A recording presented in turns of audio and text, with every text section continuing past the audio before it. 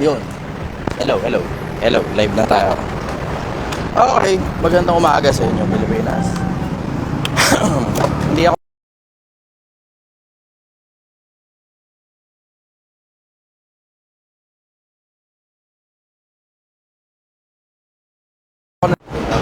tatlong beses na ako sa CR at pug-ship pa rin ang lumalabas. So, wait lang. Kuha muna tayo ng basurahan. Ito, dito na. Magandang umaga sa iyo, Pilipinas. Oy, thank you. Tubig. Sakto, wala ko yan. Ay, ako ka. Itong pa rin. Okay lang.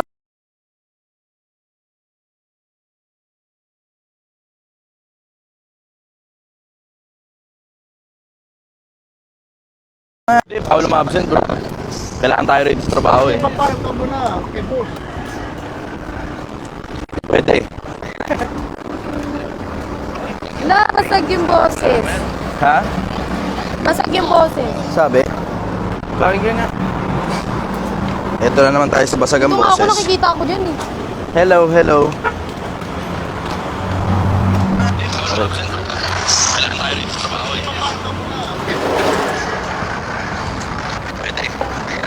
Oo nga, no? Okay. Basag yung boses. Okay. Rest hard.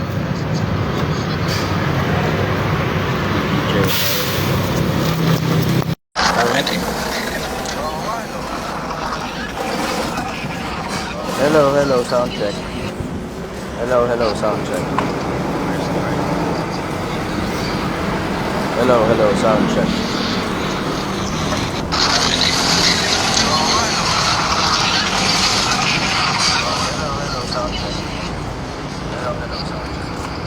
Eto ba okay na? Malinaw na ba?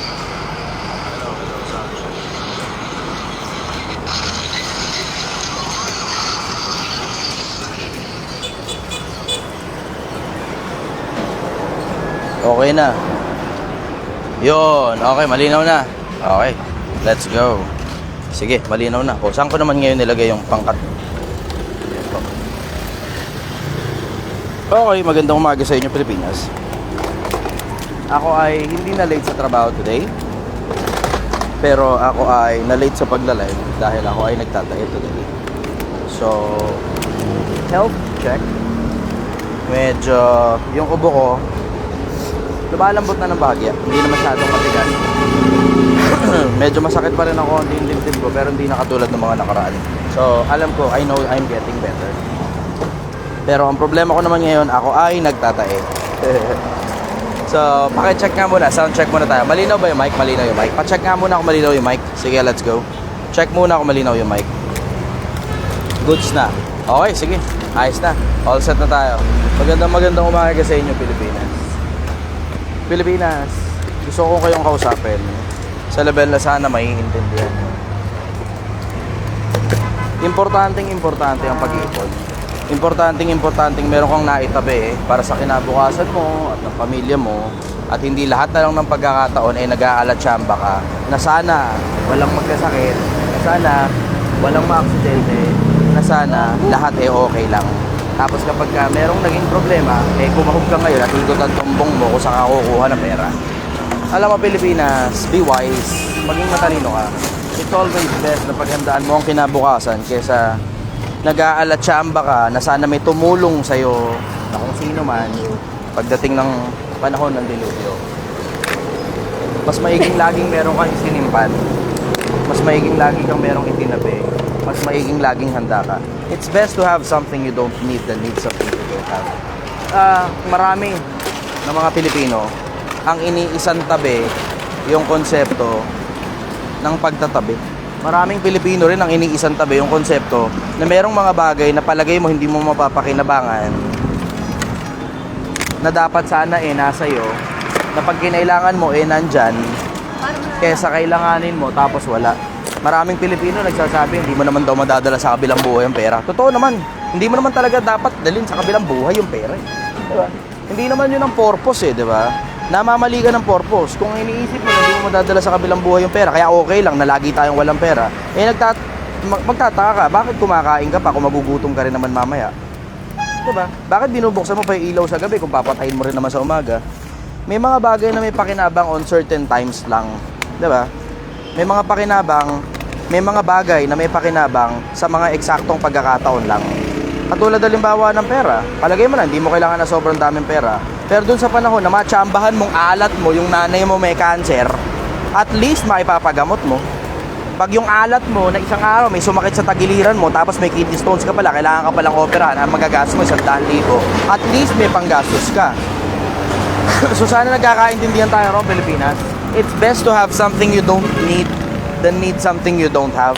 Katulad din yan sa diploma o diskarte, di ba? May mga iba tinatanggihan yung diploma na parang hindi nila kailangan yun. Tapos saka lang nila marirealize in later parts of their lives kung kailan may anak na sila, kung kailan may asawa na sila, na hindi sila makapagpakasal. Tapos yung anak nila, kailangan pala nilang pag-aralin kasi nakita nila ang hirap ng buhay, kung paanong hirap matanggap ng trabaho, na janitor ka lang, puta, janitor ka lang. Pero kailangan mo pa ng diploma. Diba? Nakita mo yung ganong konsepto, na janitor ka lang pero kailangan mo pa ng diploma? Yung konsepto na yun na maintindihan mo na mas madaling matanggap sa trabaho pag may diploma ka. Pilipinas, wag mong tanggihan ang karunungan. Yung diploma, katibayan yan na may karunungan kang natutunan galing sa mga institusyon na tinatawag nating eskwelahan. Mas mahirap magtrabaho, mas mahirap humanap ng trabaho kapag wala kang katibayan na meron kang pinag-aralan. Bakit? Kasi ang impression kagad ng mga tao kapag hindi ka tapos ng pinag-aralan, lalo na ang HR, automatic, ay hindi nakatapos ng pinag-aralan to, malamang mahihirapan to sa trabaho. Hindi naman iisiping bobo, pero ang malamang naiisipin nila, mahihirapan ka sa trabaho kasi eskwelahan nga lang, hindi mo maintindihan, basic na basic naman yun. Diba? Ngayon, isipin mo na lang yung konsepto, it's best to have something you don't need than need something you don't have. Mas maigi nang meron kang mga bagay na palagay mo hindi mo kailangan kaysa kailanganin mo yung mga bagay na akala mo nung una hindi mo kailangan, tapos biglang kailangan mo pala nga, ngayong mangangapa ka, nganganga ka. Pilipinas, tigilan mo yung pakikinig sa mga bobong influencer. Talinuhan mo, galingan mo, lupitan mo sa buhay. Pag nakikinig ka sa mga tanga, pag nakikinig ka sa mga bobo, magiging isa ka rin sa kanila. Sumama kang kasama ng mga mangmang, magiging mangmang ka. Sumama kang kasama ng mga matatalino, magiging matalino ka.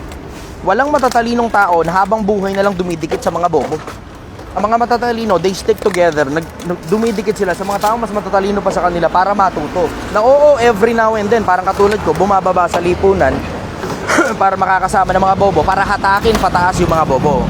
Pero, ang majority ng oras ng mga matatalinong tao, inilalaan nila sa pag-aaral, hindi lang sa eskwelahan, kundi sa buhay in general. Nanonood sila, nagmamasid sila, nagtitingin-tingin sila. Tinitignan nila kung sino yung mga taong masasamahan nila. Tinitignan din nila kung saan yung mga taong hindi nila dapat samahan. Ang mga matatalinong tao, nagmamasid, nag-aaral, laging nag-aaral. Diba? Reflexes yun. Nakita mo kung paano ko ginawa yun? Yun na reflexes, hindi nahulog. Kahit na, teka, check lang muna natin. Wala, hindi ko magana. Reflexes lang talaga. Kita mo yung reflexes na yan, pag gano'n ko, lapit no. Tindi no. Okay, sige, go. Shoutout muna tayo, go. Shoutout muna. Sabi ni Jana, kuya pa shoutout po taga Pinugay po. Sige, mga 2-3 shoutout lang muna. Tapos diretso na tayo sa mga tanong. Sabi ni Ponciano, shoutout idol from San Fernando, Pampanga. Kamusta kayo dyan sa Pampanga? Okay, sige. Isa pa? Sabi ni Mark, shoutout po from Tanza, Cavite. Kamusta kayo dyan sa Cavite? Okay, sige. Pilipinas. Simulan na natin. Doon tayo sa mga tanong ninyo. I'm hoping na yung mga tanong ninyo, mga tanong nakapakipakinabang para sa inyo. Huwag niyong patamaan, huwag kayong magtanong para sa ibang tao. Ang dahilan kasi, pakinabang nung ibang tao, doon sa tanong mo para sa kanila, na kung sino man yung pinatatamaan mo, hindi rin naman malamang nakikinig sa akin. So mas maigi, magtanong ka para sa sarili mo kung ano ikabubuti ng sarili mo. Doon tayo sa mga tanong. Sige, go. Yun, sabi ni Paolo, yun din di maintindihan ng iba pag may nakikita na kumikita ng ine-expect agad nila na may mamimigay, mahalaga din talaga na kahit madami ka ng pera, maging matalino pa rin sa paggastos. Ay, totoo. Kung hindi mo gusto na madikitan ka ng mga parasite, ito diretso Tignan nyo Pilipinas, kung di nyo napapansin, ako hindi ako nagde-disclose ng kahit na ano Merong every now and then, merong every now and then, nababalitaan ko yun na meron akong ganitong hanap buhay, meron akong ganitong hanap buhay, merong bla bla, etc. Meron akong ganitong lugar, meron bla bla. Diba? May mga nababalitaan kayo. Nababalitaan lang. Pero hindi ako para mag-disclose. Kasi kaletsihan yan. Unang-una, titignan ka ng mga tao na parang mayabang ka. Una yung titignan ka ng mga tao na mayabang ka. Pangalawa, yung bad trip na puta, nakaka-attract ka ng mga parasite na klase ng mga tao eh. Tapos ang mga fans mo, puro parasite. Hindi ko gugustuhin yun. Eh tignan mo, magandang halimbawa si Franklin Miano eh, diba? Kita mo, ano nangyari pagkatapos nung mag-disclose siya ng kahit na ano tungkol sa mga assets niya? Tinignan siya ng mga tao na mayabang. Tapos, ang daming ngayon, mga fans niya, parasite. Yung mga nandyan lang sa paligid niya kasi nakikinabang sa kanya. Sa lahat ng mga taong nasa paligid niya, tignan mo, halos wala siyang pakinabangan doon sa mga nakapaligid sa kanya.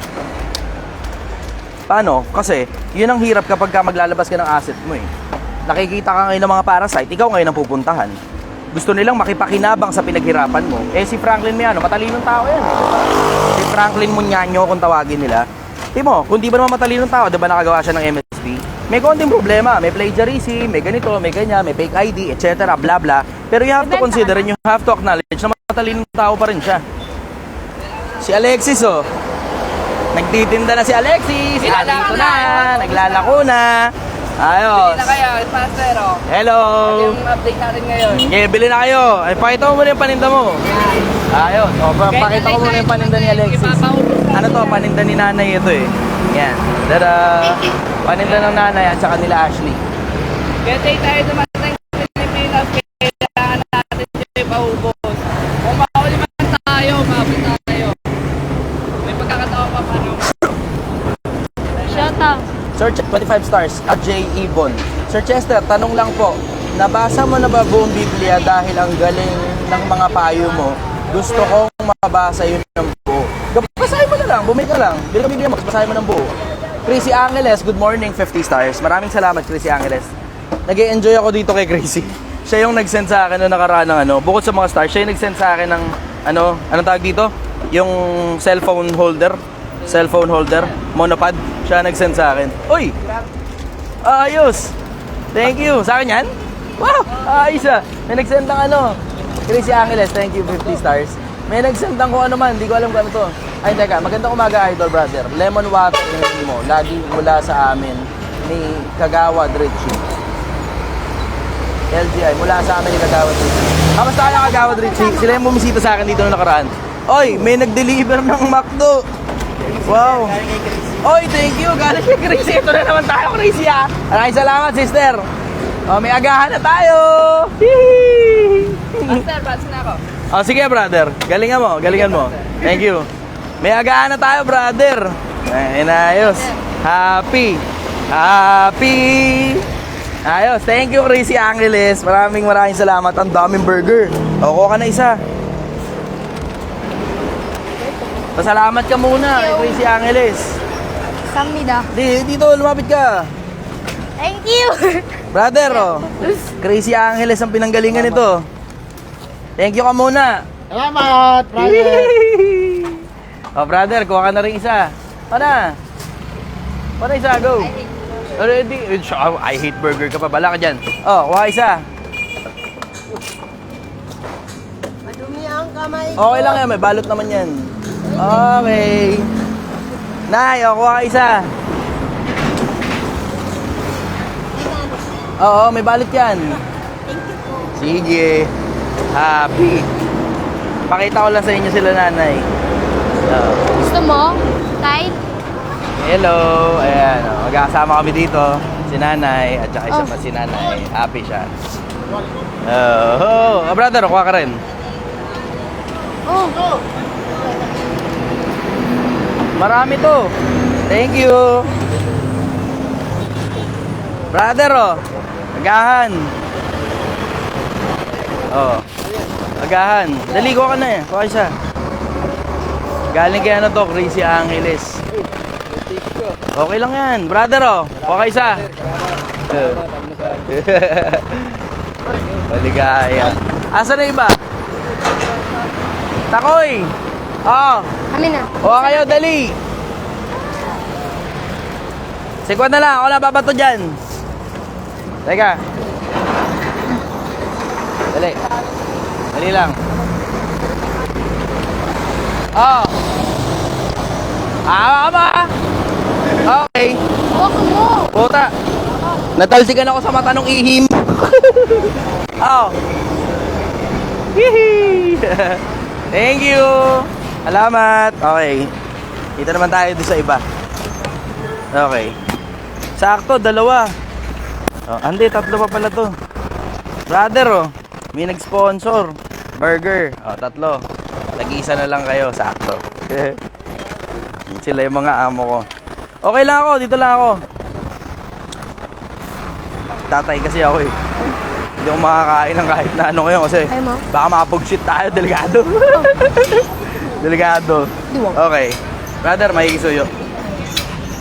Ayos. Happy. Okay, sige. Ito muna tayo. Tayo maghahanap buhay. Maraming salamat, Crazy Angeles. Nagpadala ng agahan. Burger. Happy sila lahat. Nakakatuwa. O, sige.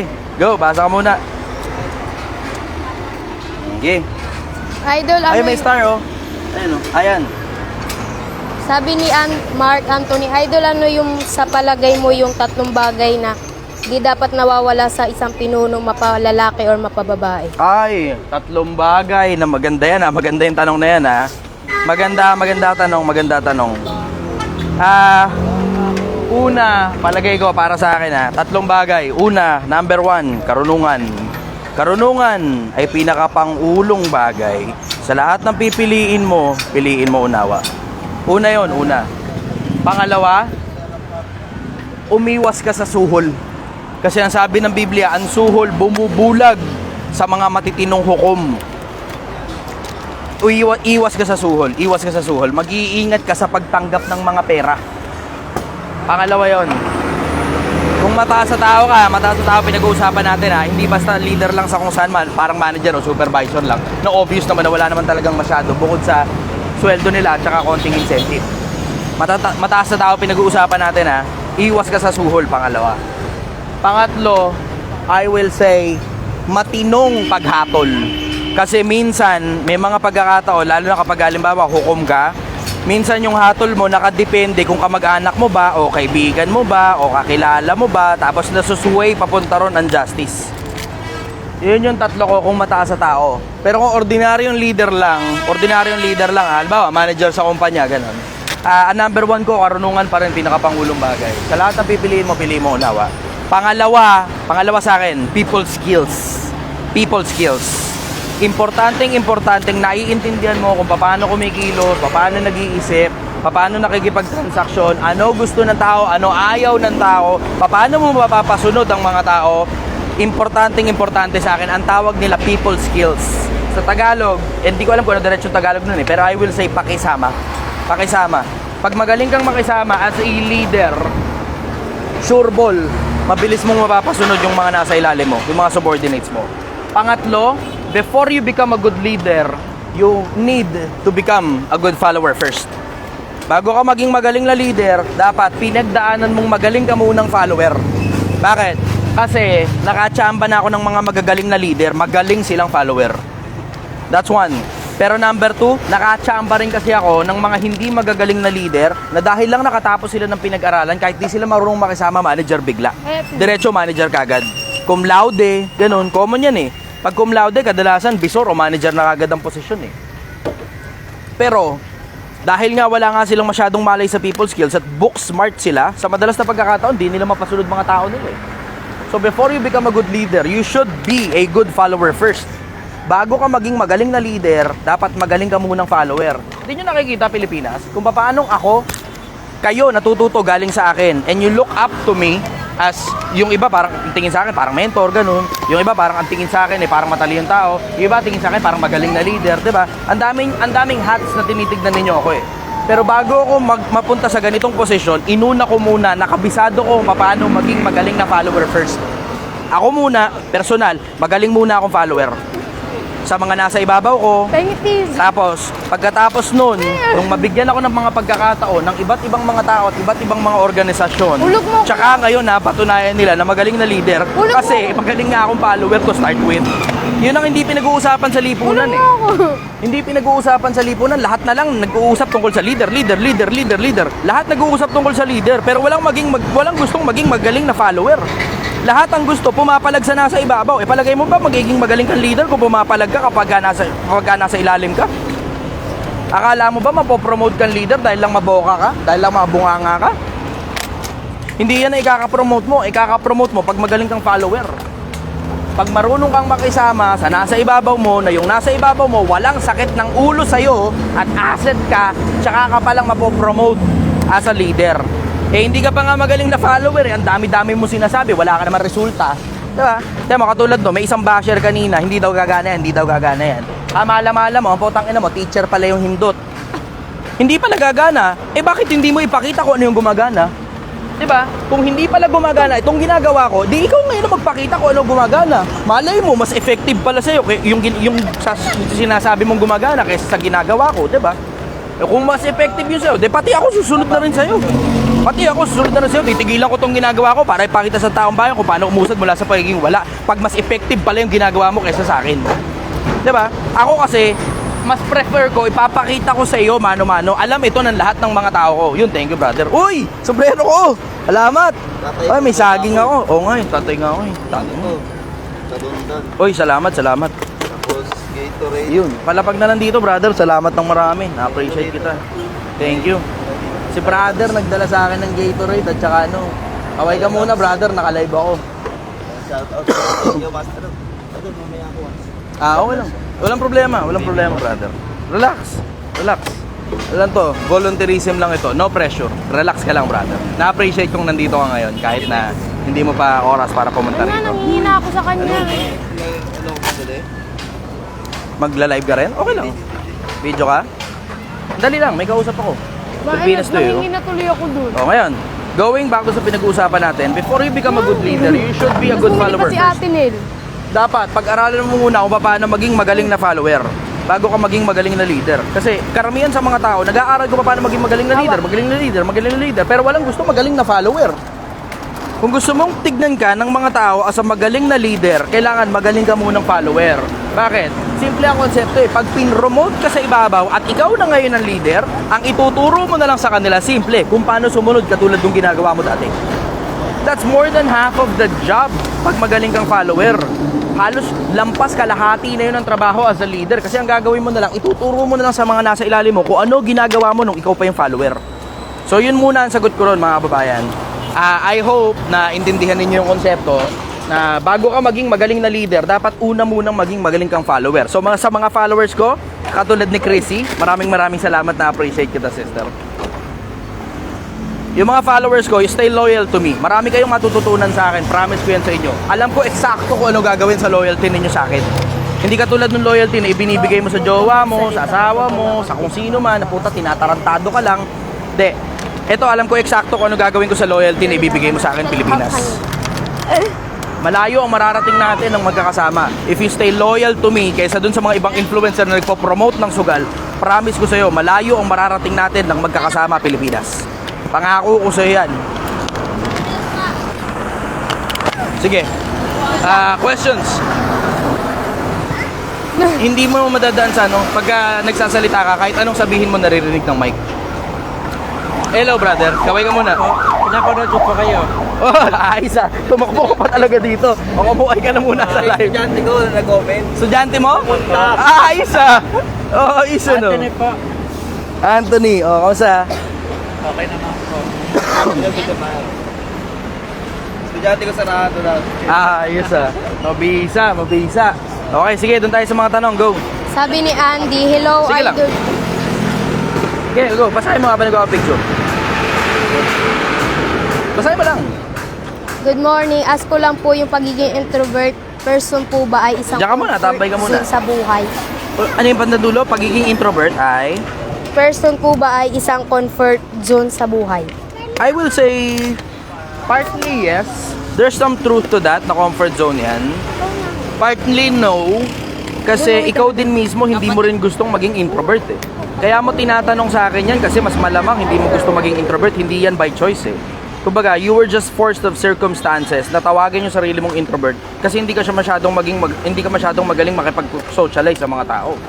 Alam mo, isa sa mga pinakamalalaking konseptong natutunan ko tungkol sa pagiging introvert is napapractice yung paglabas dyan.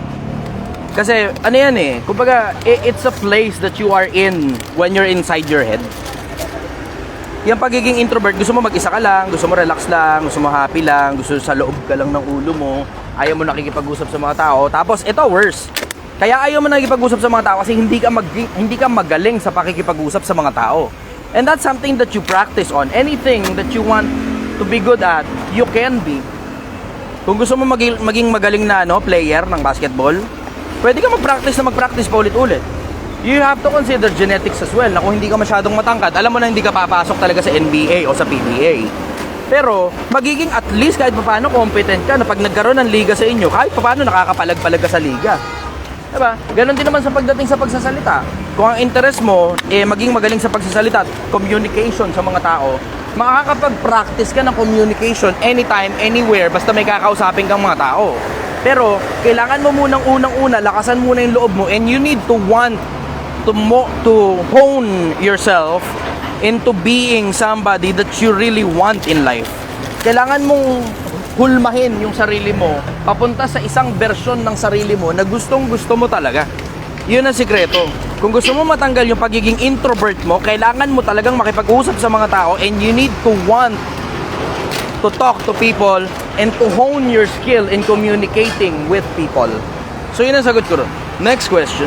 Sabi ni Jeyo, good morning brother, naniniwala ka ba sa afterlife? Mas practical, ako practical akong tao eh. Mas prefer ko na maniwalang may kabilang buhay kaysa wala. Kung yun, mas prefer kong maniwala. Ang dahilan kasi practical. Kung wala palang kabilang buhay, at the end na pala tayo pagkatapos itong buhay na to, kahit anong gawin mo, ayos lang. Gumawa ka ng kagaguhan, gumawa ka ng katinuan, ayos lang. Pero ang problema mo, kapag ka merong afterlife, tapos naniwala kang wala, durog ka. Sa akin, it's better safe than sorry. Mas prevention is better than cure. Kaysa problemahin mo pa yung panahon na nandun ka na sa kabila, tapos dun mo palang sisimulang problemahin, ay dito palang problemahin mo na yung kabilang buhay. Dito pa lang trabahuin mo ng maging matinong tao ka. Dito pa lang trabahuin mo ng maging kapaki-pakinabang ka sa lipunan. Dito pa lang trabahuin mo ng maging mabuting ama ka sa anak mo, maging mabuting asawa ka sa asawa mo, maging mabuting taong bayan ka sa Pilipinas. Dito pa lang trabahuin mo ng maging mabuting tao para pagdating mo sa kabila, may afterlife pala, secured ka kahit papaano. May pag-asa ka, you have a fighting chance. Kumpara mo naman doon sa naniwala kang walang afterlife, tapos ginagawa mo lang lahat ng trip mo, tapos pagdating pala sa kabila, surprise, motherfucker! Maraming salamat sa 20 stars, RJ Ibon. Yeah, go, next question. Sabi ni Charlie, shout out boss, paano i-manage ang negosyo galing sa utang yung puhunan mo? Salamat. Ay, hindi, trouble ka dyan. Kapag negosyo mo, kasi simula pa lang, tapos galing sa utang agad yung pera, trouble ka dyan. Kasi tignan mo, the fact na tinatanong mo sa akin kung paano i-manage yung negosyo, ibig sabihin wala ka malay sa pagmamanage ng negosyo. O baka you need additional information on how to manage a business. Diba? The fact lang na tinatanong mo sa akin yung paano mag-manage ng negosyo ng galing sa utang, ibig sabihin, may malaking possibility nangutang ka, tapos hindi ngayon gumagana. Ngayon, magiging tagbayad ka ngayon ng utang mo. Ako ang suggestion ko, huwag kayong uutang kapag kasisimula pa lang ng negosyo. Huwag kayong uutang, ulitin ko, huwag kayong uutang pag kasisimula pa lang ng negosyo. Mas malaki tsansa na kasisimula pa lang ng negosyo na bumagsak. Kung uutang ka man sa negosyo, ang pinaka-safe na paraan ng ang pinaka-safe na level ng pag-utang, pag nandun na yung negosyo mo sa level na kumikita na, tapos i-expand mo na lang. Magpapalawak ka na lang ng negosyo. Yun ang pinakamagandang timing. Kasi alam mong kumikita na alam mong gumagana na Ang gagawin mo, palalawakin mo na lang Lalagay ka na lang ng branches sa iba-ibang lugar. May nagsendo si RJ Ibon. Tignan mo guys, huwag ka muna distracted, relax ka muna. RJ Ibon. Saan? Yeah, yun muna sagot ko ron. Next question. Mahaba yung tanong niya, Idol, ano man sabi mo kay Siang Gaza? Totoo ba mga post niya na investment, lalo na yung marijuana business niya, na pinapromote niya, nakakaengganyo mag-invest? Alam mo, Pilipinas, ganito, pakinggan ninyo ako. Yung mga taong fictitious ang personality, questionable ang credibility, alam mo na nga umalis ng bansa yan dahil marami siyang kaso Diba? Pwede mo siya suportahan sa ibang mga bagay, lalo na sa mga opinion niya kasi marami siyang opinion na maganda talaga. Pero alam mo na pagdating sa pera, siran-sira yung tao na yan. Alam mo na yun pagdating sa pera, siran-sira yung tao na yan. Daang milyon ang kinuha niyan, sabi nung mga ibang tao di ba? Kaya nga umalis ng Pilipinas yan, tignan mo, hindi makabalik dito. Pag nag-invest ka sa ganyan, bala ka, problema mo na yan. Pero wag ka nang umasang babalik pa yung pera mo. Di ba? Gusto mo sumugal, trip mo yan, bala ka. Pera mo naman yan at the end of the day, di ba? Pero wag ka nang umasang babalik pa yung pera mo. Kasi alam mo na, maraming influencer, takina si Raulo. Diretso maraming influencer na si Raulo. May mga influencer na ginagamit yung influensya nila sa kagaguhan, sa pagkuha ng pera sa kapwa-tao. Na yung kapwa-tao nila, wala naman napapakinabang pabalik. Mag-iingat kayo sa mga influencer. Maraming mga influencer ang mga narcissist na mga tao na sarili lang nila, inaatupag nila. Hindi na importante kung ano epekto nila sa kabilang tao na na-damage nila. Hindi mo nakita si Taragis?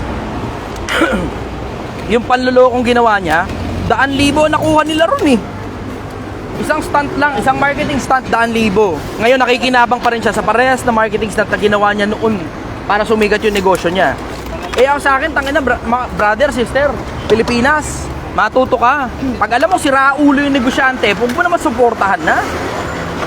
Hindi ko sinasabi si Raulo si Ziang Gaza, pero sinasabi ko, tangina, sira sa pera yung tao na yan. Sira sa pera yung tao na yan. Baka yung ibang parte ng buhay niya ayos, pero pagdating sa pera, sira sa pera si Ziang Gaza. Diretso. Nakita mo yung mga kaso na kinasangkutan niya, di ba? O ngayon, sige, bahala ka. Ikaw bahala. Kung gusto mo mag-invest dyan, bahala ka, problema mo na yan. Bahala ka, problema mo na yan. Tangahan mo. Tapos pagkatapos, pagsisihan mo na lang. Nasa huli naman ng pagsisisi, di ba? Tangahan mo. Tapos pagsisihan mo na lang sa huli. Sige, next question. Sabi ni Lyndon, paano masenso sa buhay kahit nangangalakal, pero iba sa ginagawa mo dahil nagkakalakal kami at kami mismo sa basura at nililinis at binibenta. Wala namang pinag-aiba yun Walang pinag-aiba yung ginagawa natin. Iisa lang yung ginagawa natin, namamasura tayo. Ngayon sabihin mo, iba doon sa ginagawa mo. Hindi yung ginagawa namin, ito yung susunod na process. Pagkatapos yung ibenta sa junk shop, ito na yun, ito ginagawa namin. So isang hanay lang to, isang diretso lang to. Pero hindi naman kasi ang punto, yung trabaho mo, iba trabaho mo, kaya sa trabaho ko, kaya mag-bla-bla, paano umusad, paano. Hindi nga hindi mo magets May basic na konsepto. Ano basic na konsepto? Una, didiskarte ka muna para magkatrabaho ka. Kahit anong trabaho lang muna, tapos sisipagan mo, titindihan mo, lulupitan mo doon sa trabaho na yun, iipunin mo ngayon yung pera. Tapos pag naipon mo na yung pera, you will know what to do with the money. Ganon, yun ang basic na prinsipyo yung tinuturo ko Hindi ko tinuturo na mamasura ka rin. Manager ka ng bangko na mamasura ka. Ingat brother, thank you. Hindi ko tinuturo sa'yo mamasura ka rin. Ang sinasabi ko lang, kaya ako namamasura, isipin mo yung konsepto na namamasura na nga ako pero nakakaipon pa rin ako.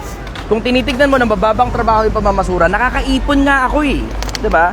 Yun ang punto nakakaipon ako. The fact na nakakaipon ako, kung ano man yung hanap buhay mo, mas mataas kaysa sa hanap buhay ko ngayon, edi all the more na makakaipon ka, wag lang matigas ang ulo mong pakain ka ng pakain sa anak mo ng putang ina mga mamakaling pagkain. Alam mo namang hindi nyo afford, diba? Kaysa magluto sa bahay, ang ginagawa mo, bumibili pa kayo sa labas, nagja-Jollibee pa kayo, mamakdo pa kayo.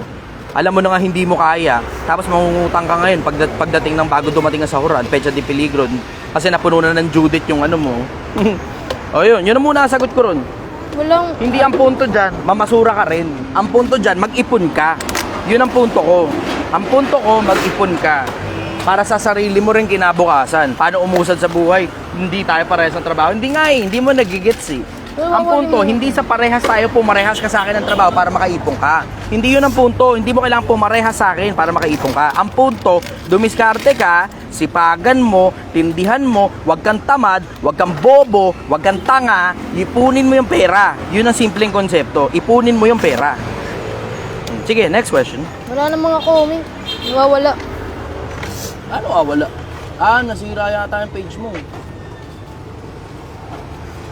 Asa na? Andyan yan. Teka. Comment. Nawawala nga, no? Asa na punta? Ano to? Ayun. Andyan. Na-refresh. Okay. Sige, ako muna magbabasa ng mga tanong. Andito yan follow the Chichester official page. Oy, meron dito 20 stars. Ayun pa rin yung kay Ziang Gaza.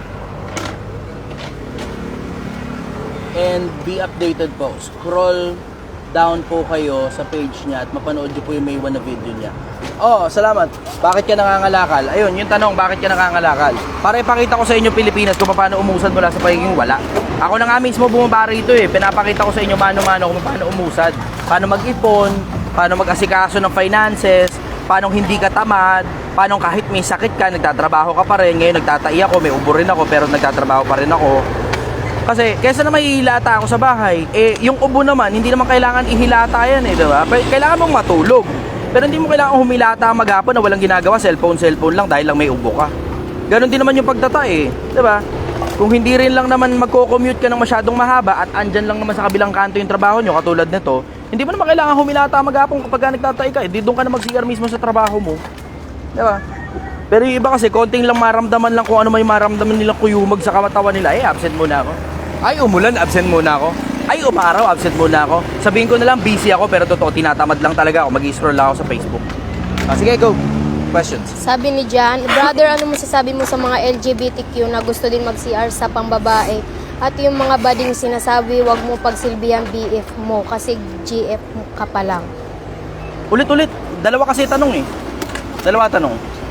Brother, ano masasabi mo sa mga LGBTQ na gusto din mag-CR sa pambabae? At meron, okay lang. Okay na muna to. Kasi mas secure dito eh. Malapad yung base sa ilalim eh. Nandun sa ano. Nandun sa, yung pouch ko nandun. Nandun sa gilid ng sopa at saka lamesa. Gego.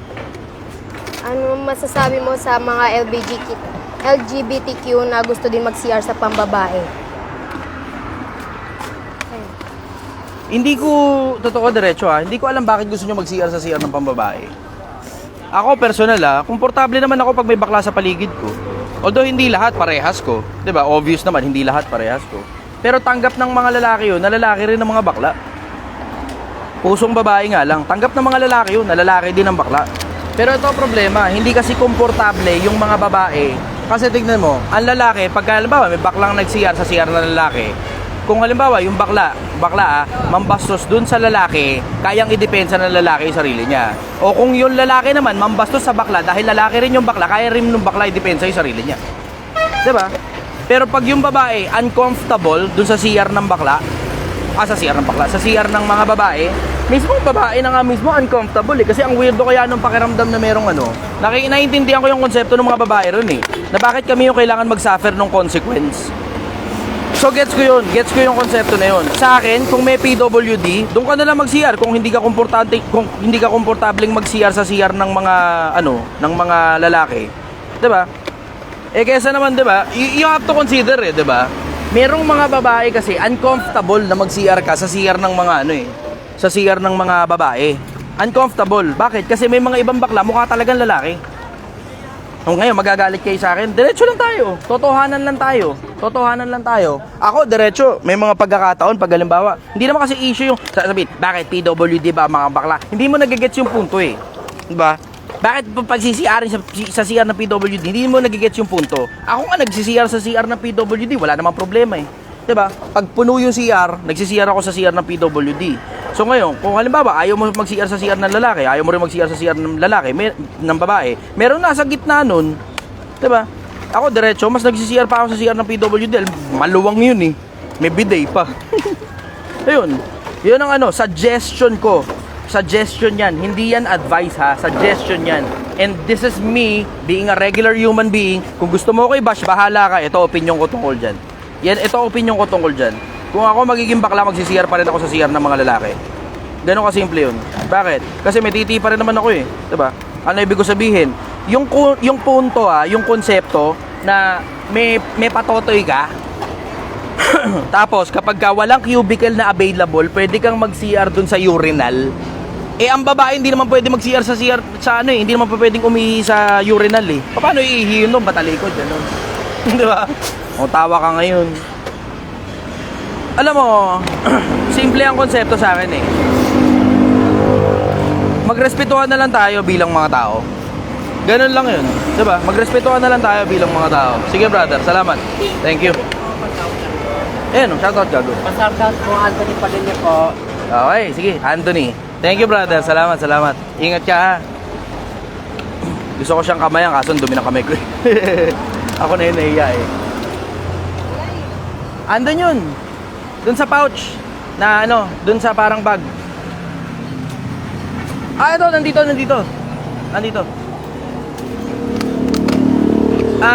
Meron pa yatang isa pa dun sa loob, kulay puti.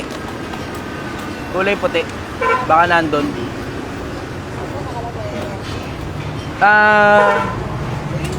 Okay, sige. Mamaya na lang, bigay ko sa'yo. Sige, go. Ano masasabi mo sa mga taong utak talangka at puno ng inggit sa katawan?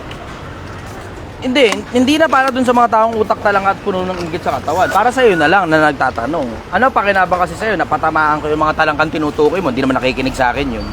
'Di ba? At kung makinig man sa akin yun, hindi naman nila alam kung na sila pala yung tinutukoy mo.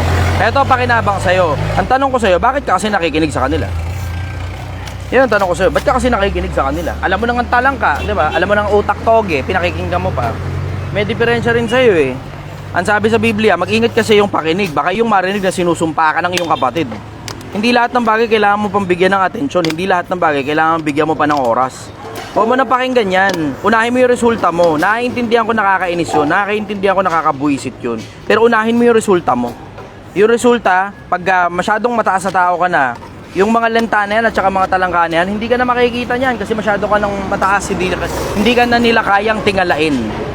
Tingnan mo, nakakita ka ba ng talangkang nakatingala? Diba? Nakakita ka ng talangkang nakatingala? Tama.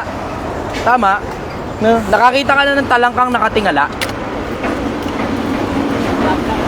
Pagka nakatungtong sila, pero yung nakalapag lang talaga sila, nakakatingala ba ang talangka?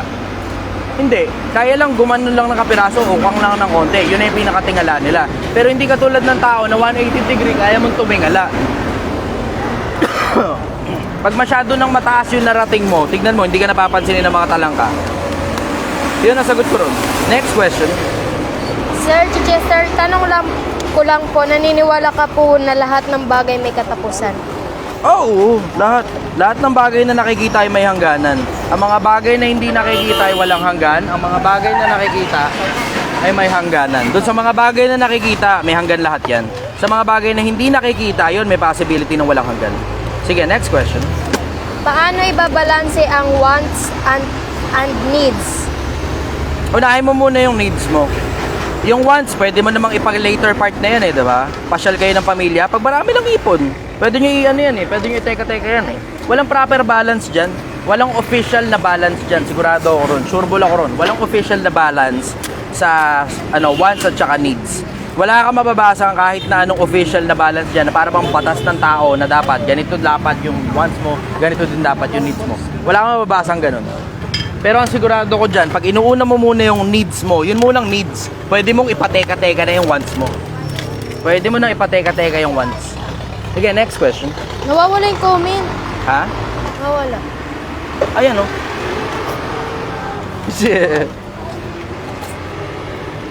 Hindi nawawala ang... Ayan, yun o. Basahin mo na lang yung nandun. Huwag mo na nawawala kung ano yung nandyan. Minsan, Tanong ko lang kung sino-sino po. pa kasing wala yung hinahanap natin, hindi natin pinapansin yung mga nandyan. Ano masasabi nyo sa spirituality and meditation din dun sa love is a connection? Ano na ulit-ulit? Tanong ko lang, ano masasabi nyo sa spirituality and meditation dun sa love is connection? Gulo kasi. Meditation and... Love is a connection. Ang daming tanong. Pag magtatanong kayo, Pilipinas, isa lang muna. Isa-isa lang. Kasi marami rin gustong magtanong eh. Pero yung tatlong tanong, tignan natin kung mapagsilbihan ko yung tatlo. Una muna tayo doon sa una. Ano yung unang tanong? Ano yung unang tanong? Yun. Ano masasabi niyo sa... Nawala. Ayun lang. Ayun ang sinasabi ko. So, ganito Pilipinas. Pag magtatanong kayo, ang format, isa-isa lang. Kasi pagka nagkadalawa, minsan may pagkakataon, yung isa sobrang haba na eh. Tapos pag nagkadalawa, minsan nakakalimutan ko. Ako na yun, ako na may diferensya doon. Minsan nakakalimutan ko may pangalawang tanong ka pala. Ayun, katulad mo, tsaka sobrang haba nun. Ayun, nakalimutan ko na kung ano yun. Sige, next question tayo. Brother, dapat pa bang pakisamahan yung taong tamad at sarili lang iniisip? Hindi. Ba't mo pakikisamahan? simple lang naman ang konsepto eh, di ba?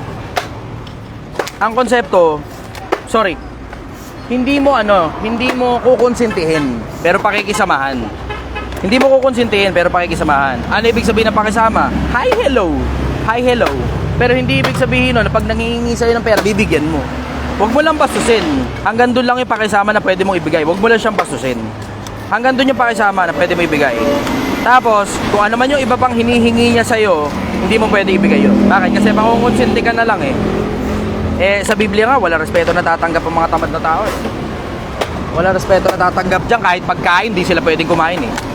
Ang sino mang ayaw gumawa, wag din namang kumain.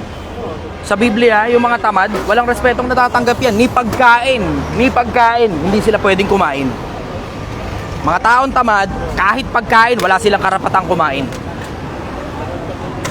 Walang respetong natatanggap yan. Ba, nangonti na. Konti na lang. Ang galing mo naman. Teka, magkano benta mo dyan? Ha? 2.50. Ayos! Good job! Oh, diba, Pilipinas! Diba? Oh, konti na lang! 2.50! Susunod na to sa... Okay, sige. So, ay, putar mo! No, nahulog. Okay. Sumusunod na. Sigurado mamaya yan, kahit papaano, kung hindi man tayo,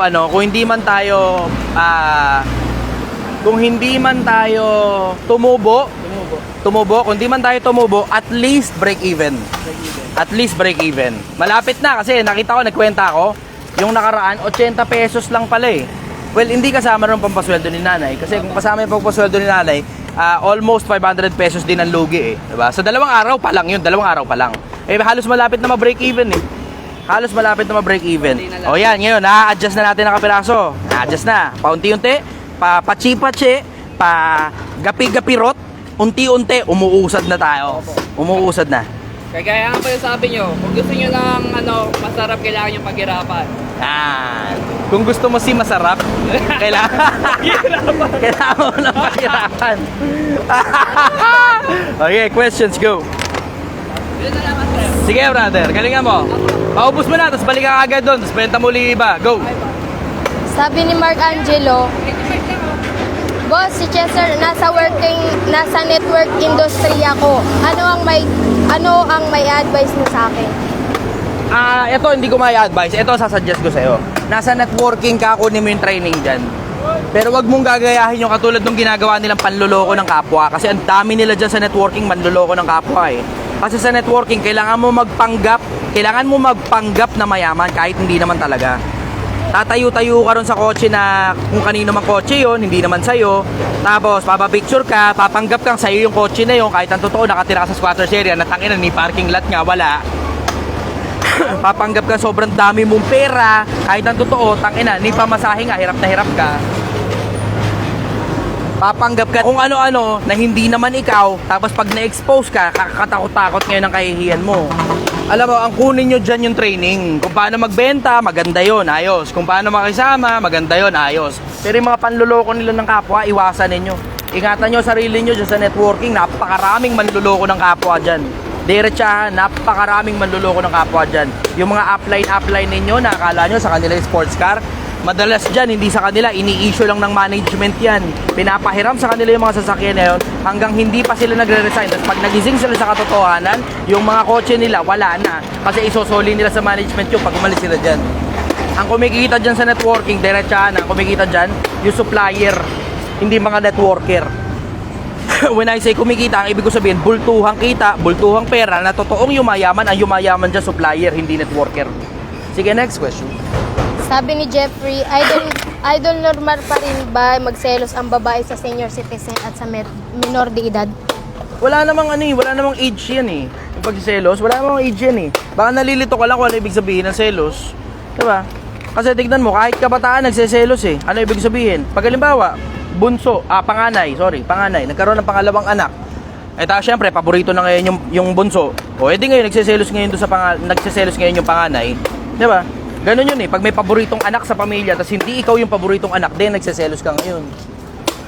Iba-iba selos. Baka nasa isip mo lang yung selos na may halong kantutan. Hindi lahat ng pagkakataon, puro ganun yun. So, masasabi ko sa'yo, diretso, yung selos na yan, normal yan. Pero ang tanong, ano ginagawa mo tungkol doon sa selos na yun? Pag hindi ikaw ang paborito, bakit hindi ikaw ang paborito? Sige, next question. Idol, may tanong ako, ano masasabi mo sa ekonomiya ng Pilipinas? Okay naman, afloat tayo. Maganda kahit pa paano ekonomiya ng Pilipinas ngayon kumpara nung panahon ng pandemya, malayo diferensya. Bagsak ang GDP natin nung panahon ng pandemya, ngayon kahit paano medyo umuusad-usad na eh. Ang inflation medyo bumabagal-bagal na rin. Oo, nararamdaman mo, mabigat, masakit. Kasi aftermath yan nung nangyaring pagkasarado ng halos lahat ng mga hanap buhay nung mga nakaraan eh. Diba? Tapos ang gross domestic product natin, ang laki ng ibinagsak nung panahon ng pandemya. Tapos ang tourism natin, ganun din. Tapos halos lahat ng sektor na apektuhan nung panahon ng pandemya eh. Yung nararanasan mo ngayon, aftermath yan nung mga nangyayari dun. Bukod pa na sumasabay pa ngayon yung mga gera sa iba-ibang mga bansa na nagpapamahal ng presyo ng langis, na siya rin nagpapamahal ng presyo ng bilihin.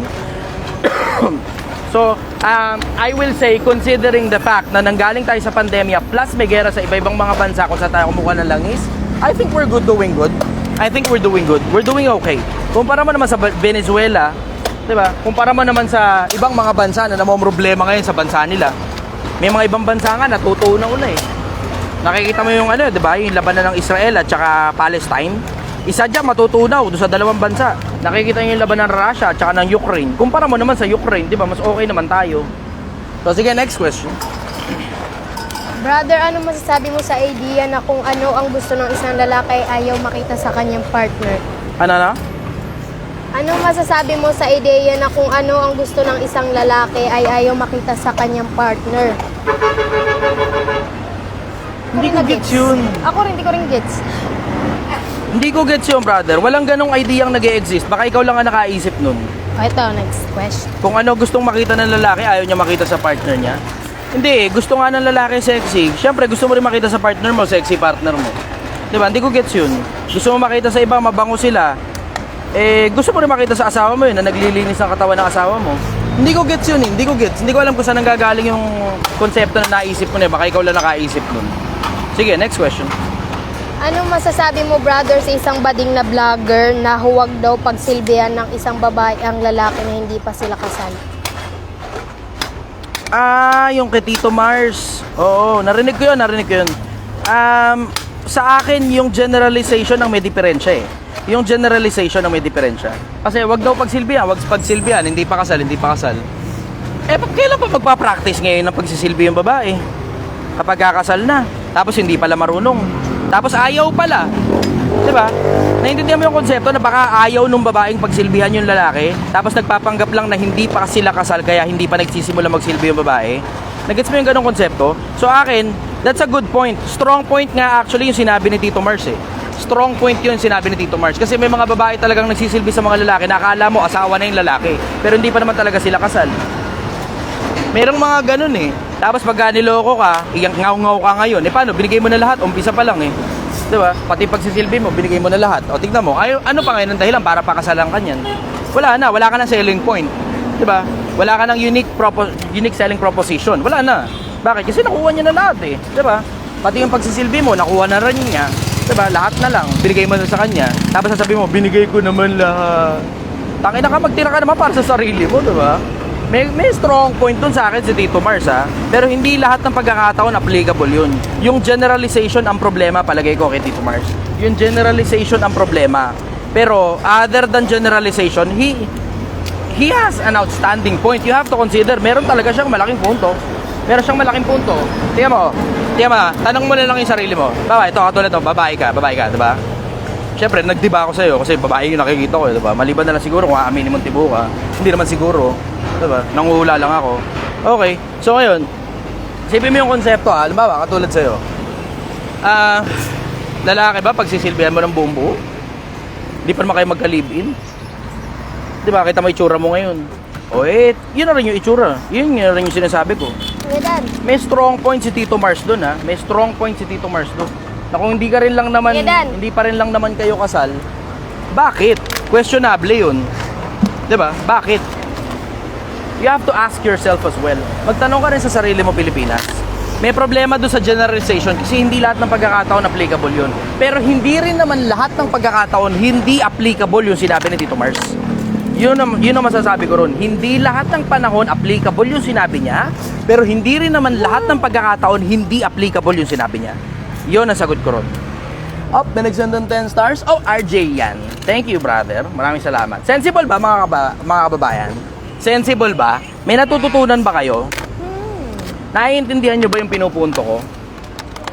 Type yes kung nakukuha ninyo. Tapos gusto ko mabasa kung ano sasabihin ninyo ngayon. Kung ano komento ninyo dun sa mga bagay na naiintindihan nyo, sa mga bagay na pinag-usapan natin ngayon na nanggaling din sa mga tanong ninyo. Sige. Pakibasa muna yung mga sasabihin nila. Buka mo na dyan. Wala pa. Doon sa pinakailalim, syempre. Pindutin mo na yun, oh. Yes. Yes, madami nagsasabi yes. Yes daw. Hindi, doon sa pinakababa. Doon ka manggaling. May nagsend ng 10 stars ulit, oh. Jasper. Jasper. Okay, thank you, 10 stars. Yes po, Lodi. Good morning, Leo. Davao City, main garage. Yes, Reynalyn. Reynalyn Peñones. Kaano-ano mo si Franklin Muñaño? Loko mo talaga, tawa ka naman. Rhea Domingo, 50 stars. Maraming salamat. Ito may tanong dito. Diego, may tanong daw.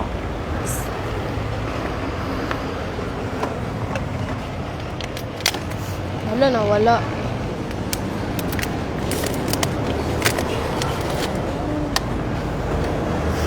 O, nawala yung tanong. O, sige, basa ka na lang kahit na ano dyan. Go! Ito, Hello. maganda, oh. Idol, magandang araw sa'yo. Tanong ko tungkol sa OFW na katulad namin. Anong masasabi mo sa mga OFW na gustong mag-umpisa ng negosyo sa Pilipinas pero hindi alam kung paano umpisahan sa kadahilanan na nasa ibang bansa? Wag! Gusto mo ng diretso? Wag! Wag mong subukan. Masisira ang buhay mo. Basic principle yun sa pagdinegosyo. Huwag mong tangahan. Papahandle mo kung kanino man yung negosyo tapos palagay mo papaldo yun ng pera yan. Walang may pakialam sa kung gaano kahirap yung pinagdaanan mo para makuha mo yung puhunan. Walang may pakialam sa kung gaano kahirap ang pinagdaanan mo para makuha mo yung puhunan. Huwag mong tangahan para magsimula ng negosyo sa isang bansang katulad ng Pilipinas. Papahandle mo ang negosyo sa kung sino man, tapos alsa bahala na sana pag malasakitan ng kung sino man yung pinaghirapan mong pondo. Yun ang masasabi ko rin. Huwag mong tangahan, huwag mong bobohan. Kung magnenegosyo ka dito ka sa Pilipinas, at least, at the very minimum, malugi ka man, kasalanan mo. Wala ka iba sisisihin kundi kasalanan mo, sarili mo lang. Tapos, ang pinakamasarap na parte doon, pag natuto ka, maraming salamat Angelo Araza. Good morning, Idol. Ingat din po dyan sa inyo. 99 stars. Salamat. Ang pinakamagandang parte doon, pag natuto ka, ikaw yung natuto, hindi sila. Magsisimula ka ng negosyo rito. Pag bumagsak, sisisihin mo sila. Katangahan mo yun eh. Nagsimula ka ng negosyo rito sa Pilipinas, wala ka rito, tapos wala silang pakialam sa negosyo mo, basta naglabas ka lang ng pera, tapos nilalaan mo na pala ng mga kamag-anak mo yung pera. Tapos, yung pagkatuto, kung sakali mo mag-succeed yun, sila nakakaalam. Ayan, hindi nakakapagtaka, ang kinina lang nila yung negosyo mo paglipas ng panahon. Bakit? Kasi sila nakakabisado ron eh. Alam mo, yun ang bad trip eh. Yun ang bad side nun pag nag-negosyo ka sa Pilipinas habang nasa abroad ka. Negosyo ka sa Pilipinas, nasa abroad ka, pag natuto ngayon yung mga tinuruan mo rito sa Pilipinas kung paano magnegosyo, kung sakali mang gumana yan, pag gumana yan, aangkinin na nila yung negosyo. Bakit? Puta, easy money na yun eh. Diba? Paghihirapan pa ba naman nilang gumawa ng bagong negosyo kung yung negosyo mo naman pumapaldo ng pera? Hindi, aangkinin na lang nila yan. Sabihin na lang nila, hindi, kami naman nagpakahirap dito eh, kahit sa'yo pagaling yung pera. So ako, huwag mong bobohan, huwag mong tangahan. Huwag kang magsimula ng negosyo nang wala ka rito sa Pilipinas. Yun ang sagot ko ron. Okay, next question. Sabi ni Raymond, kailangan ba lagi niintindi ang mga girls kahit alam mo wala na sa lugar? Ito controversial ito. Ito controversial. Pakinggan mo ako dahil babae ka rin. Ito controversial ito. I will say yes. Kahit wala na sa lugar. Yes. Bakit? Kasi, mga lalaki, hindi nyo naiintindihan yung pakiramdam ng mga babae na aburido sila, na mainit yung pakiramdam, na irritable sila, na lahat na lang sa paligid marumi, lahat na lang sa paligid mabaho, yung pala magkaka-menstruation sila. Akala mo lang nag-iinarte. Pero totoo, akala din nila nag-iinarte sila eh. Sila mismong mga babae, akala din nila nag-iinarte sila. Iniisip din kaya nila yun. Baka nag-iinarte lang talaga ako. Iniisip din nila yun, ha? Akala mo lang nag-iinarte sila. Akala din nila nag-iinarte din sila. Pero ang totoo, ang nagdidikta nun, hormones nila. Hindi yung actual na mood. Yung mood swings ng mga babae, ang nagdidikta niyan sa madalas na pagkakataon yung hormones nila. Kung yung hormones nila ang madalas na nagdidikta, akala nila nag-iinarte lang din sila. Kasi kahit silang mga babae, hindi rin nila gustong mag-inarte. Ikaw ba babae, gusto mo nag-iinarte ka? Diba? Hindi rin naman eh. Pero yung hormones nga kasi, yung hormones ang nagdidikta dun sa mood swing nila. Munti ka na mabangga, puta. Whee! Oh, munti ka na uli mabangga. Pangalawang beses, strike 2. Oh, ngayon, it goes both ways. Ikaw lalaki, matuto kang unawain si babae. Ikaw naman babae, matuto ka rin unawain ng sarili mo. Ano ibig ko sabihin unawain ng sarili mo? Pag alam mong magkakaroon ka na at alam mong panahon na ng pagtatantrums mo, pigilan mo ngayon yung pagtatantrums mo. Para hindi kayo magkaroon ng problema. Kasi ilalabas mo rin sa lalaki yung pagtatantrums mo, puta, away ang kasunod niyan. Kung ano man yung masamang pakiramdam mo, ako, suggestion ko sa'yo, pigilan mo sarili mo. Bakit? Kasi malaki ang pakinabang sa isang taong marunong magpigil ng emosyon kaysa lahat na lang ng emosyon nilalabas niya sa kilos at mga pananalita. Tapos lahat ng mga tao sa paligid niya nasasaktan. So it goes both ways. Lalaki, kahit nagtatantrums yung kasintahan mo, unawain mo. Hindi mo naiintindihan yung pakiramdam ng menstruation. Hindi mo alam yung pakiramdam ng menstruation, lalaki. Unawain mo yung asawa mo, unawain mo yung kasintahan mo. Kapag nagtatantrum siya, dapat alam mo kung kailan nagkakaroon ng kasintahan. Para alam mong isang linggo bago siya magkaroon, aburido yan. Tapos mas aburido yan pagka eksaktong panahon na meron na siya. Pero tignan mo, pagkatapos niya magkaroon, ang pakiramdam niya, relax, relief. Hindi mo ngayon mararamdamang nagtatantrum siya kasi tapos na siyang magkaroon. Matuto kang unawain yung kasintahan mo. Napakabihira ng mga lalaki na naiintindihan yung konsepto na yan. Tignan mo, sa buong internet Pilipinas, narinig nyo na ba yan? Sa buong internet Pilipinas, sa mga pinagsusearch ninyong kung ano-ano, na mga dumadaan sa newsfeed nyo, na mga kabobohang, kaululan, kaistupidohan, katangahan, narinig nyo na ba yan, Pilipinas? Sige, kayo ngayon ang pakikinggan ko, ako naman ngayon ang tatahimik. Tignan natin kung ano sasabihin ng Pilipinas. Ano comment nyo tungkol doon, mga lalaki? Ano comment nyo tungkol doon, mga babae? Gusto ko munang marinig kung ano sasabihin ninyo.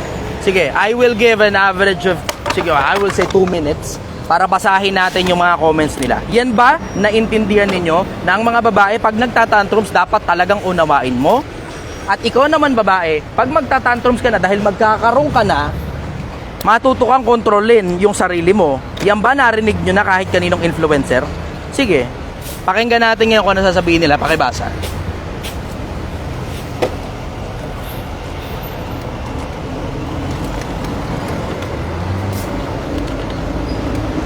Balik mo ulit.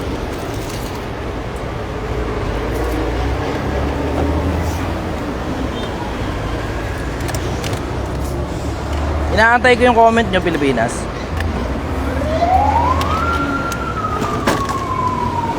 Inaantay ko yung comment nyo.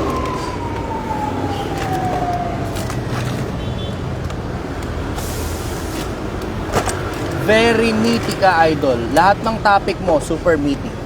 Tama. Super lodi ka talaga. Kailan kaya kita mamimit, idol? Alam niyo naman kung nasan ako eh. Diba? Harap na. Gmaps. Type nyo lang, Shell Jacinto. Nasa kabilang kalsada lang ako. Shell Jacinto. Kabilang kalsada lang. Ayan. Gusto ko munang marinig kung ano sasabihin mo, Pilipinas. Tungkol doon sa huling topic na itinanong, na ang sagot ko, kapag ang babae nagtatantrums, oo, kailangan mong unawain. Kasi hindi mo alam yung pakiramdam na nagkaka-menstruation. Pero ikaw na babae, dapat maintindihan mo rin yung sarili mo na pag magkakaroon ka na at hormones mo na nagdidikta sa'yo, hindi ka dapat nakikinig sa hormones mo para mag-tantrums ka. Narinig nyo na ba sa iba yan, Pilipinas? Naglo-loading ba to? Ba't ganun? Feeling ko loading to. Dali. Dali re-refresh ko lang sandali internet.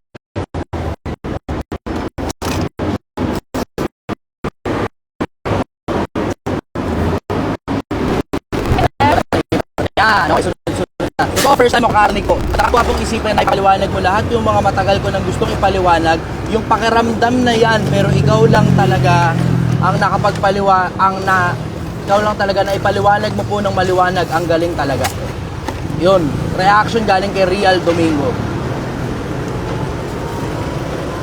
First time daw niyang naintindihan yun.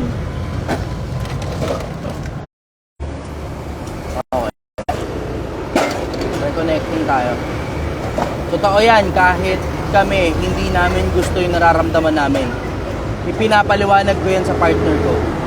Totoo yan, kahit kami, hindi namin gusto.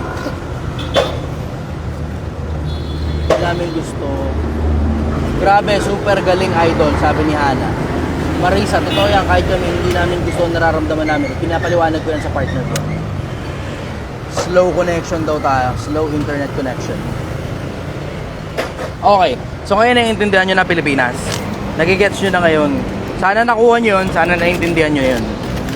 Ilang minuto na ba tayo? Ilang minuto na tayo? Tingnan mo nga dyan. Ito mo lang to. Oh, isang oras na pala. Sakto. Oh, nagkita pa yung dalawang magtropa. Si Erlinda. Oh, dito pa nagkichismisan. Bakit nandito ka? Eh, nakikinig din siya eh. Tropa mo yan eh. sa chismisan nyo. Tropa mo, nakikinig dito eh, di ba? Nagkita yung magtropa, dito pa nagchismisan sa comment section. Bakit nandito ka? Sabi gano'n sa tropa niya. Tawa naman siya. Oh, shumut ah. Galing ah. Lupit ah. Talaga si Boss Toyo. Mas mabuti po bang iwanan na lang ang mga taong hindi align sa kanilang mga salita? Ato, maganda to, rock bottom. Mas mabuti po bang iwanan na lang ang mga taong hindi align ang kanilang mga salita sa action nila at hindi align ang mindset nyo? I will say, matrabaho kasi yan eh. Kung kamag-anak mo yan, kaibigan mo yan, hindi align yung sinasabi sa mga bagay na ginagawa. Depende sa kung gaano ka-importante itong tao na to sa'yo. Depende sa kung gaano ka-importante yung tao. Kasi, syempre, di ba, you have to consider, hindi naman pwedeng lahat na lang tao hindi align, lalayuan mo. Eh, paano kung nanay mo yun? Di ba? Paano kung tatay mo yan? Paano kung kapatid mo yan? Bla bla, etc. Hindi ganun. Hindi lalayuan. I will say, babawasan mo oras mo sa kanila. Pero magtuturo ka pa rin sa kanila para makatulong ka, para hatakin sila pataas. Babawasan mo oras mo sa kanila. Pero every time na magkakaroon ng oras, tuturuan mo sila kung paano yung mindset na kailangan mo sa mga taong nakapaligid sa'yo. Bibigyan mo ng requirement yung mga tao sa paligid mo. Bibigyan mo ng requirement yung mga tao sa paligid mo. Hindi basta papasok ko na lang na papasok sa buhay mo tapos wala lang. Walang requirement, tas saan sa bahala kung ano gawin nila sa loob ng buhay mo, okay lang. Hindi ganun. So ako, masasabi ko dyan, depende kung gaano ka-importante yung tao na yun. Kung hindi naman sobrang importante yung tao, cut mo na lang, magastos sa oras yan. Umanap ka ng mga taong align sa mga bagay na nasa mindset mo. Birds of the same feather flocks together. Hindi ka makakita ng agila kasama ng pato. Sabi nga ni MJ Lopez, Pilipinas kwak-kwak. Ayun, kwak-kwak. Naubos yung audience niya, kwak-kwak. Oh, sige, next question. Idol, what is the meaning of life to you? Diretso, hindi ko alam. Hindi ko alam. To each his own. Basta ang alam ko, nagsusubok ako para sa kabilang buhay. Kasi, obvious naman eh, di ba? Merong walang hanggang nagdaan, may walang hanggang nahaharapin. For obvious reason, kailangan paganda mo yung kabila. It's best to be safe than sorry. So ako, ginagawa ko rito, naghahanda para sa kabila. Kung ano meaning ng buhay, hindi ko alam. Hanap ka na lang na sarili mong meaning ng buhay. Pero ako, I would rather think, mas maganda na sa aking isipin na itong konting buhay na meron tayo rito, preparation para dun sa kabila. So you make sure well prepared ka bago ka umalis dito sa lupa. Pero pag hindi ka preparado sa kabila, hindi mo kasi alam kung ano nasa kabila eh. You wouldn't know, I wouldn't know. Hindi ko alam kung ano nasa kabila. Pero alam ko, excited ako doon at pinaghahandaan ko ng gusto yun. Yun muna ang sagot ko ron pansamantala. Sige, next question. Sabi ni Angelo, ano pong masasabi ninyo sa mga vloggers na nagpo-promote ng sugal? Ulit. Ano pong masasabi ninyo sa mga vloggers na nagpo-promote ng sugal? Vloggers na nagpo-promote ng sugal. Simple eh. Walang pakinabang sa akin yan kung banata ko yung mga vloggers na nagpo-promote ng sugal. Wala ka rin pakinabang doon. Sila rin, wala rin naman pakinabang doon. So pare-parehas lang tayong hindi makikinabang kapag binabanata natin yung mga yan. Pag sinagot ko yung tanong mo ng diretso, pare-parehas tayong walang mapapala. Ngayon, ito na lang ang sasagot ko sa inyo. Ito ang sasagot ko sa inyo. kaysa problemahin mo pa kung ano masasabi ko doon sa mga vloggers na nagpo-promote ng sugal, suportahan nyo na lang yung mga vloggers na alam nyong matitino na hindi nagpo-promote ng sugal. Yun ang pwede nyong gawin. Suportahan nyo mga vloggers na alam nyong matitino na hindi nagpo-promote ng sugal para hindi sila mag-promote ng sugal. Tapos, pag masyado nang marami yung mga taong sumusuporta sa mga taong hindi nagpo-promote ng sugal, maiintindihan ngayon nung mga nagpo-promote ng sugal na nasa maling market sila kasi mas malaki yung pera pag hindi sila nagpo-promote ng sugal. So sa mga negosyo, suportahan ninyo yung mga vlogger na hindi nagpo-promote ng sugal. Yun ang best suggestion ko sa inyo. Sa mga negosyo, gumastos kayo para sa marketing, magbayad kayo. Ganun din naman, nagbabayad ka rin naman para sa marketing, di ba? O di magbayad ka ngayon sa mga matitinong influencer, wag sa mga influencer na nagpo-promote ng sugal. Yun ang pinakamagagawa ninyo. Tapos pag sobrang dami ng mga taong sumusuporta sa mga taong hindi nagpo-promote ng sugal, yung mga nagpo-promote ng sugal, titigilan din nila yan. Kasi nakikita nila, sugal lang yung nagbabayad sa kanila. Samantalang kapag hindi sila nagpo-promote ng sugal, ang daming negosyong willing magbayad para sa matinong influencer. Yun ang sagot ko ron. Sa mga negosyo naman, na-promote na yung negosyo mo, nakatulong ka pa sa vlogger para hindi siya mag-promote ng sugal kapag tumutulong ka sa mga vlogger na matitulong. Yeah, next question. Sabi ni Rhea Doreza, do you believe in religion, idol? Nakasulat sa Biblia yun eh. The fact na nakasulat sa Biblia yun, hindi ko sasabihin yung katulad ng sinasabi ng ibang mga religion na hindi ka importante religion, na importante relasyon. Eh ba't pinasulat pa sa Biblia yung salitang religion kung di pala importante yan? Ano ba? Ang Diyos ba magpapasulat ng hindi importante? Diba? Yun ang sagot ko ron. Next question. Sa pagiging direct to the point mo, idol, marami natatamaan sa mga sinasabi mo. Salamat, na-appreciate ko kayo. Thank you very much. Okay, next question tayo. Lang, nawawala eh.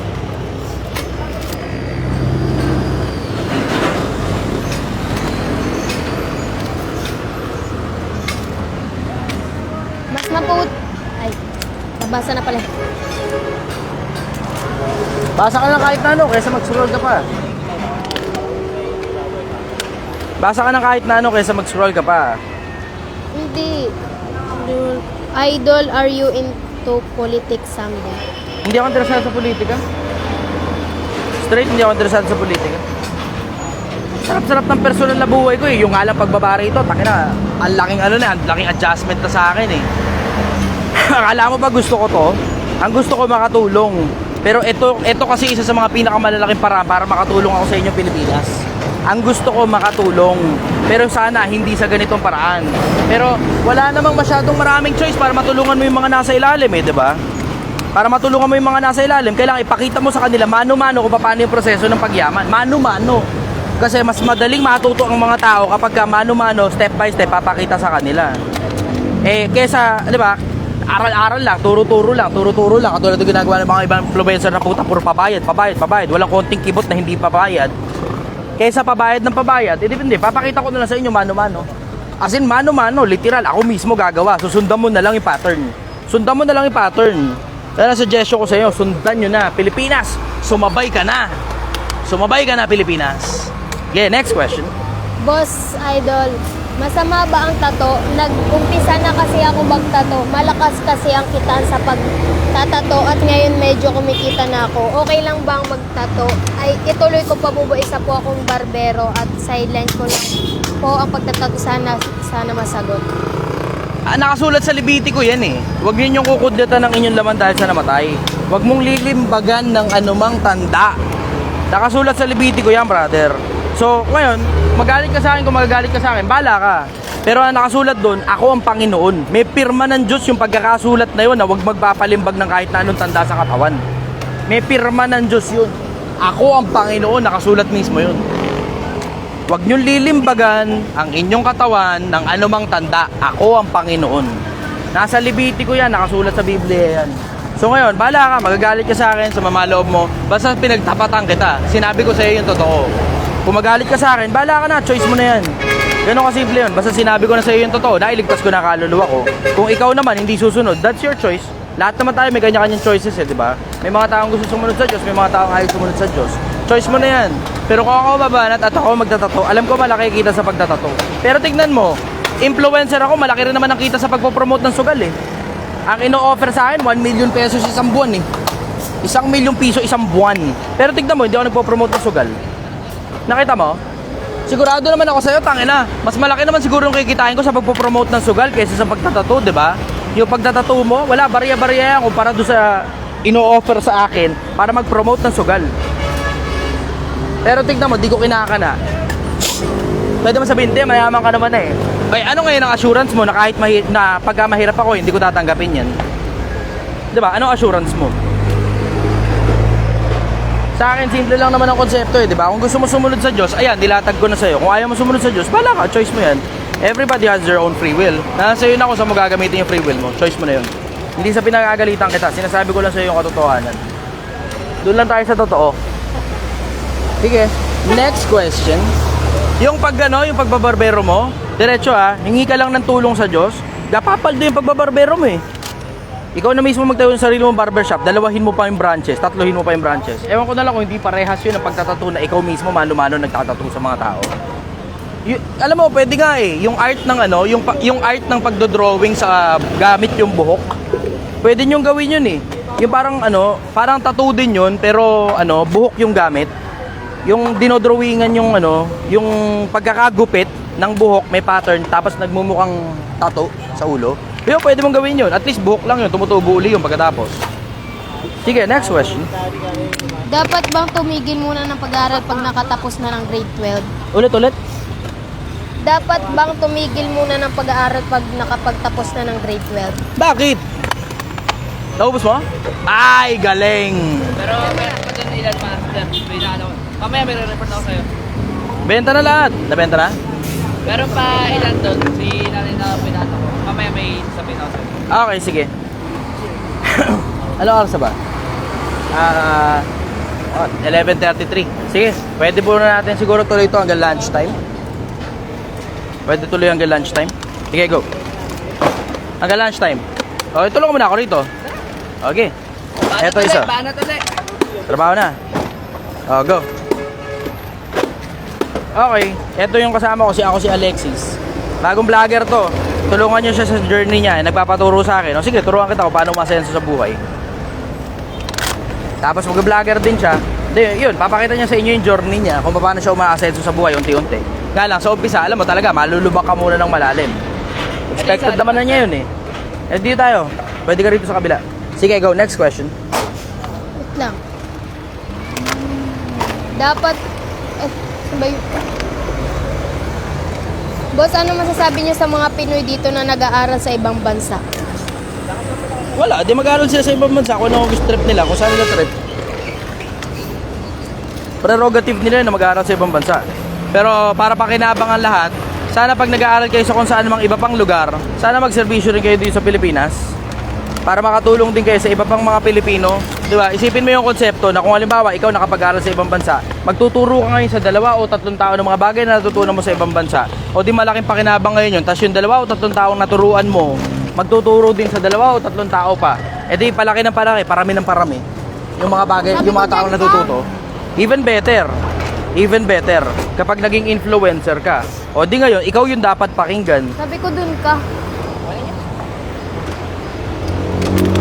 Brother, dito ka na lang oh. Oo. Kasi pati yung nagbabasa, nalilikutan eh. Sige, go. Next question. Go.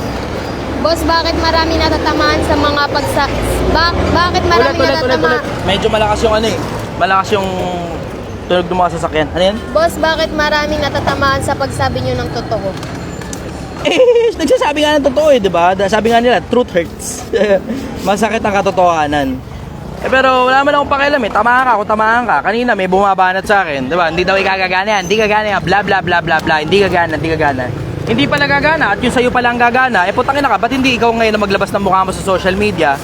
Tapos kami rito, tatanghod na lang sa'yo, panonoorin ka namin. Kung talagang gumagana yung pinagsasabi mo, o baka tinatamad kang kumilos kasi air condition na yung kwarto mo, diba? Masarap na masyado buhay mo, tinatamad ka ng kumilos, ang gusto mo na lang, mambash ka na lang ng mga bagay na nasa utak mo, na kunyari gagana, pero totoo, hindi mo pa naman talaga nasusubukan sa tunay na buhay. Alam mo, ang Pilipinas, mag-ingat kayo sa mga pinakikinggan ninyo. Yung mga taong yayabang-yabang at pabenta-benta ng kung ano-ano sa social media, yung mga course. Yung iba dyan, hindi naman talaga nila nasubukan yung mga putang inang mga course na pinagbebenta nila, nire-rebrand lang nila galing sa iba-ibang mga tao. Yung iba pa sa kanila, worse. Yung iba, tangina, kilala pa. Yung iba, kilalang kilala pa. Tangina, meron niya ako narinig eh. Yung ano daw siya, biohacker daw siya. Tanginang biohacker to. Scammer ka, gago, hindi ka biohacker. Sabi, hindi mo na kailangan magpa-doktor, bumili ka na lang nito. Putang ina ka, hindi ka biohacker, gago, scammer ka. Hindi kailangan magpa-doktor, may cancer yung tao, hindi kailangan magpa-doktor. Utak mo may ubo. Tangina, utak mo may ubo. Ang sarap mong duraan sa mata. Sige, next question. Idol, for funny lang po, medyo seryoso na po tayo ha. What if idol kung pa magiging kayo ni Iba ni Alawi, papayag ka ba? Lakasan mo lang ng konti kasi maingay yung paligid eh. Ano yan? Ulit?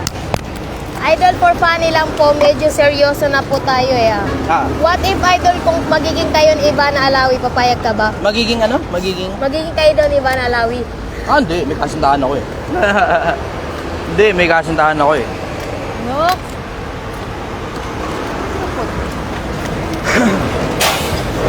Masakit sa ulo yan pagka dumalawa. Tsaka ano, eto, isa pa, may bali-balita, magastos daw si Ivana eh. Ayoko na masyado magastos. Takina ako nga, di ko magastos sa sarili ko eh. Ito yung konsepto, na kita mo, nandito ako, nakikita nyo naman kung ano ginagastos ko eh, di ba? 9 pesos na sabon, 8 pesos, sabon, tama, sabon panlaba, tapos 8 pesos na shampoo, tapos 100 pisong pagkain. Sa 100 mahigit, nabubuhay ako rito, okay naman ako eh. Ba't naman ako kukuha ng Iba na Alawi na takina ang gastos-gastos? Hindi, sino ba naman ako para pansinin ng isang Iba na Alawi? Isa lang naman akong basurero. Ikaw na si Ivana. Ay, nako. Sige, next question. Brother, ano masasabi mo sa mga nangungutang na di nagbabayad pag siningil sila pagalit? Hindi, ang tanong ko sa'yo, bakit kasi nagpautang ka? Yan ang tanong ko sa'yo, bakit kasi nagpautang ka? Malabo ba? Hindi naman. Malabo o John? Hindi naman. Okay, good. Ninigurado lang. Ang tanong ko sa'yo, bakit kasi nagpautang? In the first place, huwag ka magpapautang pag yung pera, alam mo hindi mo kayang pakawalan. Maliban na lang siguro, business loan yan o may nakaprendang kahit na ano sa'yo. Kung may nakaprenda, di mo na poproblemahin yan. Sa'yo na yung nakaprenda. Huwag sila magbayad, di sa'yo na ngayon yung isinanla nila. Pero, huwag kang tatanggap na ang magpapautang ka. Sige, papasok na ako ron. Ayun, kainan na daw. Huwag tatanggap ng pautang, tapos ang kapalit pangakong matamis, puro langaw at ipis. Ulitin ko, sabi ng Wolfgang, huwag kang tatanggap ng pangako lang. Nasabi, pangakong matamis, puro langaw at ipis. Okay po, 5 minutes. Sige, last question na to, last question. Ako'y tinatawag na ng aking amo at kami kakain na raw. Sige, go, last question. Boss, pangaralan mo nga po. Wait lang. Boss, pangaralan mo nga po ako kung ano ang kailangan kong gawin. Halos gusto ko na po kasi sumuko sa buhay po dahil sa kahirapan po. Tangina mo, magtrabaho ka kasi. Ina ka eh. Gusto mong pangaral pa. Hindi na alam ng pangaral. Alam mo naman yung gagawin mo eh, di ba? Gusto mo sumuko sa buhay dahil sa kahirapan. Bakit ka ba kasi naghihirap? Baka pinarami mo ng gusto yung anak mo. Bakit ka ba kasi naghihirap? Baka puta, napakaluho mo kasi. Bakit ka ba naghihirap? Baka ayaw mo kasi magtrabaho pagka weekend. Ba? Tignan mo, kami nga nandito, isipin mo yung konsepto na kami nandito, nasa arawan, nasa biladan. Magkano lang ang sweldo? 600 pesos, 12 oras pa yun, wala sa minimum. Pero isipin mo, naghahanap buhay ako ng diretso. Tapos pagdating ng gabi, mamamalengke pa. Tapos pagdating ng mas gabi pa, tangina, mag-o-online selling pa. Ano pa yung sasabi mo dahil sa kahirapan? Anong gusto mo, masarapan ka? Pumili ka kasi ng mayaman kung gusto mong masarapan. Ang hirap kasi sa'yo, pili ka ng pili ng putang inang kung sino man na wala nang ang pangkain. Titi lang ang kayang ibigay sa'yo. Wala nang pangkain eh. Pinili mo yan eh, di ba? Alam mo, karamihan sa diretso pagka single ka, di mo tatanong sa akin yan eh. Pagka single ka, di mo tatanong sa akin yan. Ang malamang yan, hirap na hirap ka sa buhay mo dahil ang dami-dami mong anak, gusto mo sumuko sa buhay. Kasi ang dami-dami mo nang anak, yung asawa mo, bukin ng ina mo, batugan pa. So na real talk, diretsahan lang tayo. Karamihan sa mga Pilipino, kaya naghihirap kasi inuuna yung putang inang kati ng puke, kati ng titi. Hindi ka muna magtrabaho. Hindi mo unahin muna kasi yung bahay mo, yung kotse mo, yung pera mo, para may kinabukasan, hindi lang ikaw, pati magulang mo, puke ng ina ka. Kita mo? Unahin mo kasi muna yung sarili mo, unahin mo muna yung magulang mo. Hindi yung putang ina kung sino-sino kasing ibig ka ng ibig ng putang inang mga hindi naman kilalang mga tao. Pili ka ng pili ng mga putang inang butata. Tapos mamomroblema ka, sabi mo ang hirap ng buhay. Tangina mo, pinili mo yung putang inang butata di ba? Pumili ka ng tamad na lalaki na pangkantutan lang ang alam. Ba? Pumili ka ng ganyan eh. Gusto mo yan eh, di ba? Gusto mo yan eh. Tapos sasabihin mo ngayon, hirapan ka sa buhay. Diretsahan lang tayo. Magtrabaho ka kasi. Magtrabaho ka kasi. Huwag ka kasing tamad. Tangina eh, di ba? Wala ka na nga kayang ibenta. Yung utak mo nga, di mo kayang ibenta. Di benta mo na lang yung oras mo. Gusto mo, benta mo pati pepe mo. Kung may bibilin yan, anim na bata na lumabas siya, putang inang pepe mo. Tangina kasi, inuunan nyo kasi yung putang inang kantutan eh. Ba? Pwede ka naman kumantot pag marami ka ng pera, mas masarap kaya sa hotel. Kaysa sa putang inang hindi mo maintindihan kung saan mang kantong kariton. Diretsahan lang tayo, mas masarap sa hotel. Kaysa sa hindi mo maintindihan kung nasaan ka bang lugar.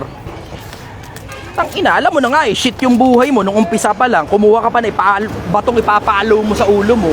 Diba? Pumili-pili ka pa ng putang inang jowa, batugan din kaparehas mo, dalawa kayo. Tapos magrereklamo ka ngayon, hirap ng buhay. Tapos pag dumami yung anak mo, lalo ka mahirapan. Palo mo pa ulo mo sa bato. Kinang-ina mo, hindi ka na kumuha lang ng bato na pinalo sa ulo eh. Yung ulo mo mismo, pinalo mo na rin sa bato. Tamo? Ba? Simple. Simple. Diba? Kung gusto mo masarapan sa buhay, pumili ka ng kung sino man na may pera. Tamad ka, babae ka? Pili ka na may pera. Hindi putang ina, tamad ka na nga, babae ka. Pipili ka pa ng kaparehas mong tamad din, putang ina, titi lang ka meron. Tapos ang dahilan kung bakit mo ginawa yan kasi pogi, kasi masaya. Ba? Kinang ina mo, aanin mo yung pogi. Putang ina ka, aanin mo yung pag-ibig na wagas. Kung tayo nagugutom at walang pambiling bigas, motherfucker. Motherfucker. Pilipinas, matuto ka na. Sumabay ka na, Pilipinas. Tumalino ka. Maging magaling ka sa buhay. Pag ang lalaki, buta tapa, putang ina mo, wag mo nang jowain yung hayop na yan kahit gaano pa kapogi yan. Lalamunin ka lang ng kahirapan. Mag-aanak pa kayong dalawa, naglabas ka pa ng tao sa mundong kasama mo ring magiging basura. Pilipinas! Sumabay ka na! Kami kakain na. Kakain na muna kami. Pilipinas, kakain muna kami. Sana hindi na ako matay. Kasi ako yung nagtatay ngayong araw. Nakakatatlo na, tapos medyo matubig. Okay, yun na muna, pansamantala. Ganda ng ending natin. Malupit, matindi. Magandang Super lupit. ending. Super tindi. Nakakatawa. Super kalan. Galing ka mo sa buhay, Pilipinas. Magkita-kita ulit tayo mamaya sa mga i-upload ko. Bahala na kung anong oras. Basta abangan ninyo yung page ko. Abangan ninyo yung page ko. Abangan ninyo yung page ko. Marami kayong matututunan dito kaysa sa mga putang inang nagpo-promote ng sugal, nagpapakita ng pera na hindi ka naman bibigyan. Okay, time. Okay, sige. Bye-bye. Bye-bye everybody. I love you all. Kita-kits bukas sa live. Mag-live ulit ako bukas. Baka mamayang gabi mag-live ulit ako. Huwag kang dumapak dyan. Bye-bye. Everybody's happy.